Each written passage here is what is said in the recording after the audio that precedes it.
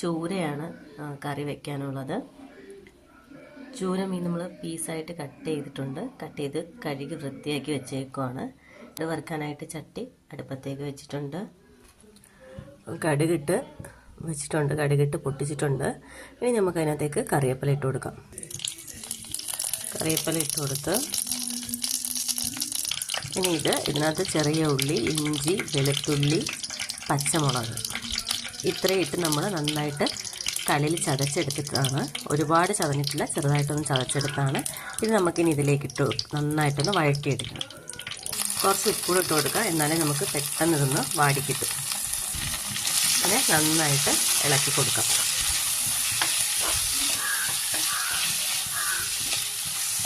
നന്നായിട്ടൊന്ന് ഇളക്കാം.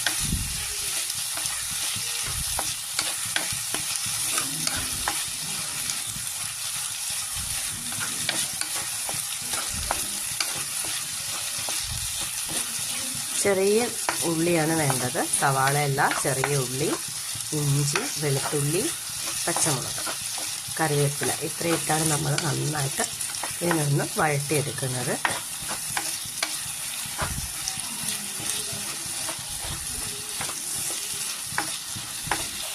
ഒന്ന് വാടി കിട്ടുമ്പോഴേക്കും നമുക്ക് ചക്ക വെച്ചിട്ടുണ്ട്, അത് വെന്തിട്ടുണ്ടാണെന്ന് നോക്കണേ. ചക്ക ആയിട്ടുണ്ട്. നമ്മൾ അരപ്പൊക്കെ ഇട്ട് അടച്ച് വെച്ചേക്കുമായിരുന്നു. ഇനി നമുക്ക് ഈ ചക്കയൊന്ന് നന്നായി ഇളക്കിയെടുക്കാം. ഇതെന്താണെന്ന് നമുക്ക് ഒന്നുകൂടെ ഒന്ന് നോക്കാം. ചക്കയും അതിൻ്റെ കുരു ഇട്ടിട്ടുണ്ട്. അപ്പോൾ അതിൻ്റെ കുരു നന്നായിട്ട് വെന്തിട്ട്, ചക്ക പെട്ടെന്ന് വേവും, പക്ഷെ കുരു വേവാൻ കുറച്ച് സമയം എടുക്കും. അതിൻ്റെ കുരു ഒന്ന് വെന്തിട്ടുണ്ടോ എന്ന് നമുക്ക് നോക്കാം. അപ്പോൾ അതാ നന്നായിട്ട് വെന്തിട്ടുണ്ട്. ഇനി നമുക്കിതിനെ ഇളക്കിയെടുക്കാം. ചക്കയായാലും നമ്മുടെ കിഴങ്ങായാലും നമ്മൾ ചൂടോടെ തന്നെ ഇതിനെ ഇളക്കിയില്ലെങ്കിൽ നന്നായിട്ട് ഉടഞ്ഞു കിട്ടത്തില്ല. തണുത്ത് പോയി കഴിഞ്ഞാൽ നമുക്ക് പിന്നീട് ഇളക്കി അതിന് എടുക്കാൻ പറ്റത്തില്ല. അപ്പം നല്ലോണം ഒന്ന് ഇളക്കിയെടുക്കണമെങ്കിൽ ഈ ചൂടോട് തന്നെ ഈ ആവി പോകുന്ന സമയത്ത് തന്നെ നന്നായിട്ട് ഇളക്കിയെടുക്കാൻ പറ്റും. ഉള്ളിയൊക്കെ വാടി നന്നായിട്ട് റെഡി ആയിട്ടുണ്ട്. ഇനി ഇതിലേക്ക് നമുക്ക് പൊടികൾ ചേർത്ത് കൊടുക്കാം. മുളക് പൊടി, പൊടി, മഞ്ഞൾപ്പൊടി ഇത്രയിട്ട് നന്നായിട്ട് ഇളക്കി കൊടുക്കാം. പൊടികൾ ഇട്ട് കഴിഞ്ഞാൽ പിന്നീട് തീ നന്നായിട്ട് കുറച്ച് വയ്ക്കുക, അല്ലെങ്കിൽ പെട്ടെന്ന് പൊടികൾ കരിയാൻ തുടങ്ങും.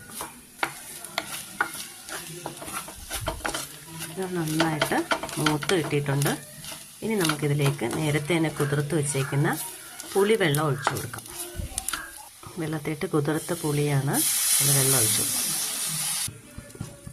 പുളിവെള്ളം ഒഴിച്ച് പിന്നെ ഇതിന്ന് ഈ കറി ഒന്ന് തിളച്ച് കിട്ടണം. കുറച്ച് വെള്ളം കൂടി നമുക്ക് ഒഴിച്ചു കൊടുക്കണം. ഇതൊന്ന് നന്നായി തിളച്ച് കിട്ടിയതിന് ശേഷം നമ്മുടെ കട്ട് ചെയ്ത് വെച്ചേക്കുന്ന ചൂരമീൻ ഇതിലേക്ക് ഇട്ട് കൊടുക്കാം. അപ്പോൾ പൊടികൾ നമ്മൾ ആവശ്യത്തിന്, നിങ്ങളുടെ ആവശ്യത്തിന് വേണം ഇടാനായിട്ട്. മുളക് പൊടി, മല്ലിപ്പൊടി, മഞ്ഞൾപ്പൊടി, കുറച്ച് ഉലുവാപ്പൊടി. മീൻ നന്നായിട്ട് ആ ഗ്രേവി നന്നായിട്ട് തിളച്ചിട്ടുണ്ട്. ഇനി നമുക്കിതിനകത്തേക്ക് മീനിൻ്റെ കഷ്ണങ്ങൾ ഇട്ട് കൊടുക്കാം.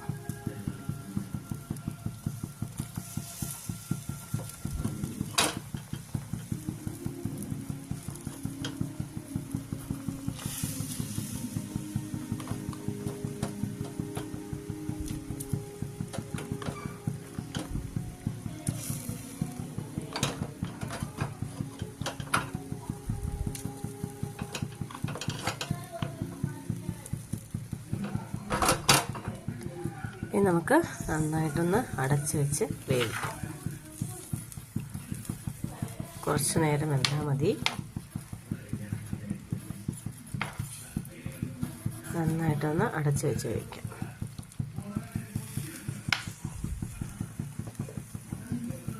ഉപ്പ് നമ്മൾ നേരത്തെ ആവശ്യത്തിന് ഇട്ട് കൊടുത്തിട്ടുണ്ട്, ഉള്ളിയുടെ കൂടെ തന്നെ ഇട്ടിട്ടുണ്ട്. ഇനി നമുക്ക് കറി ഒന്ന് വറ്റിയതിന് ശേഷം നോക്കാം ഉപ്പ് പാകത്തിനാണോ എന്ന്. അല്ലെങ്കിൽ നമുക്ക് കുറച്ചുകൂടെ ഇട്ട് കൊടുക്കാം. കുറച്ച് കറിവേപ്പിലയും കൂടി ഇട്ട് അടച്ച് വയ്ക്കാം. ഇനി മീൻകറി ആവുന്ന സമയം വരേക്ക് നമുക്ക് മാമ്പഴ പുളിശ്ശേരി ഉണ്ടാക്കാം. ചക്കയായി, മീൻ റെഡി ആവാറായി. ഇനി നമുക്ക് പുളിശ്ശേരിയും കൂടെ ആകുമ്പോൾ പിന്നെ ഒരു ചെറിയ തോരൻ, ഇത്രയും കൂടെ ആകുമ്പോൾ ഇന്നത്തെ വിഭവങ്ങളൊക്കെ റെഡിയാവും. അതിന് വേണ്ട മാങ്ങയാണ് നല്ല പഴുത്ത മാങ്ങയാണ്, നല്ല നാട്ടുമാങ്ങയാണ്. ഇതാണ് നമ്മൾ സാധാരണ പുളിശ്ശേരിക്ക് എടുക്കുന്നത്. ഈ മാങ്ങ ഇട്ടാൽ മാത്രമേ നമുക്ക് പുളിശ്ശേരിക്ക് അത്രയും നല്ല ടേസ്റ്റ് ഉണ്ടാവുള്ളൂ. ഇത് നല്ല മണമാണ്, ഇതിൻ്റെ ഈ കറയുടെ ഈ ചോനയ്ക്ക് നല്ല മണമാണ്. അപ്പം നമ്മൾ ഈ തൊലിയൊന്ന് എടുത്ത് കളഞ്ഞതിന് ശേഷം മാങ്ങ നന്നായിട്ട് വേവിച്ച് നേരത്തെ ഇട്ടിട്ടുണ്ട്, ഞാൻ എൻ്റെ ചാനലിൽ തന്നെ ഇട്ടിട്ടുണ്ട്. അപ്പോൾ എല്ലാവരും ഒന്ന് മാമ്പഴ പുളിശ്ശേരിയും കൂടി കയറി നോക്കുക. പിന്നെ റെഡി ആയിട്ടുണ്ടോ എന്ന് നമുക്ക് നോക്കാം. അപ്പോൾ മീൻകറി നന്നായിട്ട് തിളച്ച് വറ്റിയിട്ടുണ്ട്. ഇനി നമുക്ക് ഓഫ് ചെയ്യാം, ഗ്യാസ് ഓഫ് ചെയ്യാം. നന്നായിട്ടായിട്ടുണ്ട്. ഇനി കുറച്ച് പച്ച വെളിച്ചെണ്ണ ഒഴിച്ചു കൊടുത്ത് അടച്ച് വയ്ക്കാം. ഉപ്പൊക്കെ ഞാൻ നേരത്തെ നോക്കിയായിരുന്നു, ഉപ്പൊക്കെ പാകത്തിനുണ്ട്. നന്നായിട്ട് വറ്റി നന്നായി കഷ്ണങ്ങളെല്ലാം വെന്ത് വന്നിട്ടുണ്ട്. അപ്പോൾ വളരെ ഈസി ആയിട്ട് ചെയ്യാൻ പറ്റുന്നതാണ്, തേങ്ങ ഒന്നും ചേർക്കണ്ട. ഇതുപോലെ നമുക്ക് വറുത്തരച്ചും വെക്കാം. അഡീഷണലായിട്ട് നമ്മൾ പുളിയൊക്കെ ചേർത്തതിന് ശേഷം പിന്നീട് വറുത്തരച്ച തേങ്ങ ഇതിലേക്ക് ഒഴിച്ചു കൊടുത്താൽ മതി. നന്നായിട്ട് അരച്ച് ഒഴിച്ചു കൊടുത്താൽ മതി. ഇതുപോലെ തന്നെ വെച്ചാൽ മതി.